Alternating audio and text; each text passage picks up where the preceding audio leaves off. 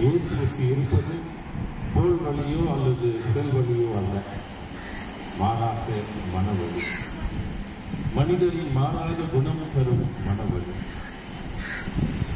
அன்பு செய்யப்பட வேண்டும் என்கிறார் அந்த அன்பு இயேசு போதித்த நற்செய்தி வாழ்வு.